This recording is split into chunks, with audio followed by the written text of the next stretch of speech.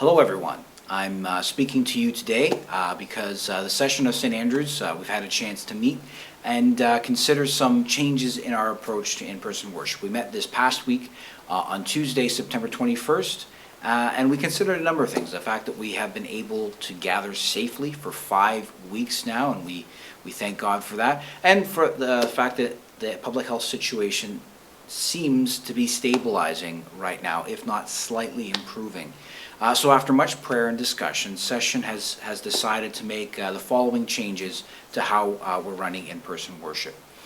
The first one, and probably the largest one, is that vaccination will be required to attend in-person worship for all persons 12 years of age and over as of Sunday, October 3rd. That's the first Sunday in October.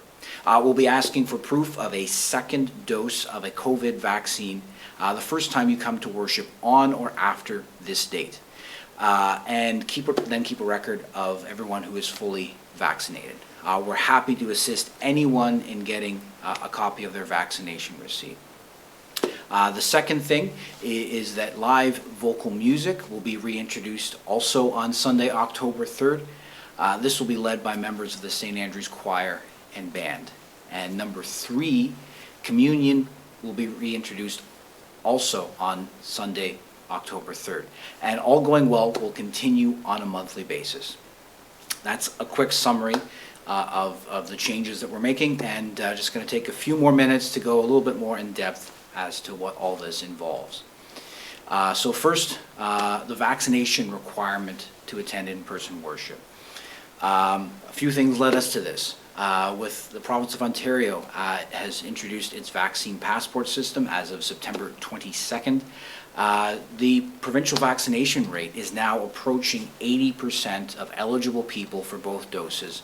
And Ancaster is a community with a high rate of vaccination. So Session now feels that it's the time to introduce a vaccination requirement for our in-person worship services as well. Now, some might ask, aren't churches exempt from the provincial vaccine passport system? Yes, we are. But as a session, we believe that voluntarily submitting to these public health measures allows us to be a good witness to our neighbors and to do our part to keep everyone in Ancaster safe and healthy. The Apostle Paul, in his letter to the 1 Corinthians, speaks about setting aside his rights in order to bear witness to Jesus in the best way possible. He says this in 1 Corinthians 9 and goes on to say, all things are lawful, but not all things build up. Do not seek your own advantage, but seek that of the other. That's 1 Corinthians 10:23-24. And there's a lot in those chapters that I think says a lot about how we can approach our rights as Christians in this time. Now, all members of the St. Andrews leadership team are fully vaccinated. This includes myself as the minister, all the elders on session, members of the board of manager, and all church staff. We're not asking anybody to do anything that we haven't already done ourselves. And the elders and members of the pastoral care team, based on conversations we've had with you, believe that most, if not all, our members and adherents are fully vaccinated. We feel that requiring vaccination is the best way we can keep everyone in our congregation safe and to ensure that we are able to keep worshiping in person week by week. So as of October 3rd, the screener at the door will be asking for proof of vaccination. This can either be the paper receipt or the emailed receipt you received on your cell phone. We will give some grace in the first few weeks of this new policy, and we'll accept your verbal acknowledgement of vaccination if you've forgotten to bring it for the first few weeks. You can simplify your screening process by sending the PDF copy of your vaccination receipt that you were emailed by the Ontario government to the church email address. That's St. Andrews Ancaster, all one word, @gmail.com before you arrive. We will record your vaccination status and then delete the copy of the receipt. We do not want to be holding on to anybody's personal medical information. If you've lost your vaccination receipt, we are also happy to help you obtain a new one. Or you can simply go to any Hamilton Public Library branch with your health card and they will print and laminate a copy of your vaccination receipt. You can go to the Hamilton Public Library website, or again, any branch to find out more.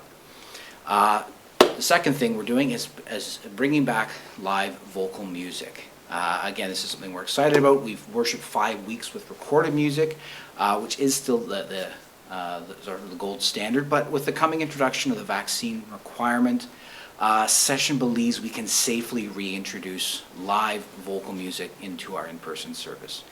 Hymns and songs will now be sung by a few fully masked members of the St. Andrew's Choir and Band, appropriately spaced out on the platform at the front of the church. We will not, unfortunately, be resuming congregational singing at this time. Public health continues to discourage singing in large groups, even with masks on, but makes some allowance for having a few vocalists. However, you can come along or prayerfully reflect on the words of the hymns and songs when you're here. The session and reopening team will continue to review public health advice as it evolves, and we eagerly await the day when we can all safely sing together in worship. But for the time being, we are so glad to be able to offer live vocal music again. Finally, communion. Again, based on public health guidance, Session believes we can safely reintroduce the celebration of the Lord's Supper, or Holy Communion, on October 3rd, and plan to offer it on a monthly basis going forward. Again, all things being well. When you arrive, you will be offered a sealed, prepackaged communion cup and bread wafer as you enter the sanctuary. When the time comes to take communion, you'll be instructed to remove your mask, eat the wafer, and drink the juice, and then put your mask back on. Your mask will be off for maybe a minute or two, tops. There will be a waste container for used communion cups and packaging at the back of the sanctuary as you make your way out. And we'll review this approach after a few attempts. So that's all the updates. Again, vaccination requirement to attend, a return to live vocal music, and the resumption of Holy Communion. And again, we're figuring this out step by step as we go along, and we pray that as you feel safe, that you would come out and join us in person. If you have any questions about these new worship requirements, or about any of the previous worship requirements that are still in effect, feel free to call me, send me an email. If you're getting this by email, my email and telephone number are at the bottom of that email message, or you can just contact the church office. And I pray that you are healthy and well and enjoying some of the beautiful fall weather we've been having the last little while. All right, take care, everyone. Hope to see you at worship soon.